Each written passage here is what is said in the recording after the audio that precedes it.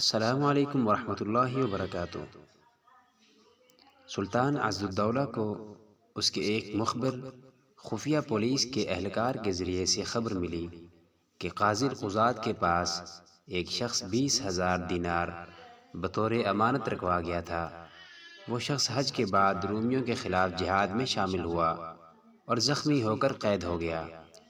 4 سال کے بعد اسے رہائی ملی اور 10 برس کے بعد جب واپس اپنے شہر میں آیا اور قاضی سے دینار طلب کیے تو اس نے جان پہچان تک سے انکار کر دیا، بلکہ یہاں تک کہا کہ اگر زیادہ تنگ کرو گے تو دیوانہ قرار دے کر بیمارستان یعنی ہسپتال بھجوا دوں گا، جہاں ساری عمر سڑتا رہے گا۔ سلطان نے اس شخص کو بلوایا اور اس سے ساری داستان مفصل سنی۔ 200 دینار خرچ کے لیے دے کر رخصت کر دیا اور کہا، جس وقت میں بلاؤں اسی وقت جہاں اور جس حال میں ہو چلے آنا۔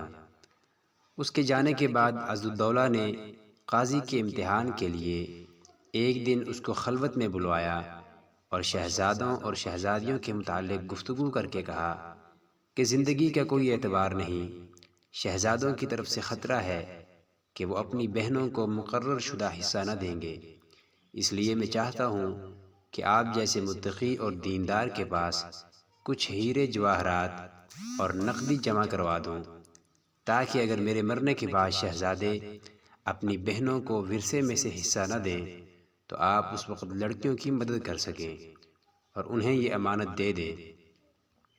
آپ اس کام کے لیے وسیع تہہ خانہ بنوائیں اور میرے اور آپ کے اور اس علام الغیوب کے سوا جو دلوں کے تمام حالات جاننے والا ہے اور کسی کو اس کی خبر نہ ہو۔ سلطان نے قاضی کو 200 دینار تہہ خانہ بنوانے کے لیے بھی دیے۔ قاضی صاحب دل میں خوش ہو کر رخصت ہوئے کہ بڑھاپے میں اللہ نے سنی، اس قدر مال مفت ملنے لگا ہے کہ جس کی کبھی توقع بھی نہ ہو سکتی تھی۔ 20,000 دینار بھی گھر بیٹھے مل گئے اور عز الدولہ کے مرنے کے بعد یہ جواہرات اور خزانہ بھی سب میرا ہی ہے، نہ کوئی دستاویز ہے نہ کوئی گواہ۔ تہہ خانہ تیار کروا کر قاضی نے عز الدولہ کو اطلاع دی۔ سلطان نے 140 صندوق دیناروں سے بھرے، چند پیالوں میں لعل و یاقوت اور فیروزے بھر کر خزانے میں پہلے ہی رکھوا لیے تھے۔ قاضی کو بلوا کر یہ خزانہ دکھایا۔ قاضی یہ دیکھ کر نہال ہو گیا۔ سلطان نے کہا، آج رات یہ امانت پہنچ جائے گی، یہ کہہ کر اس کو رخصت کر دیا۔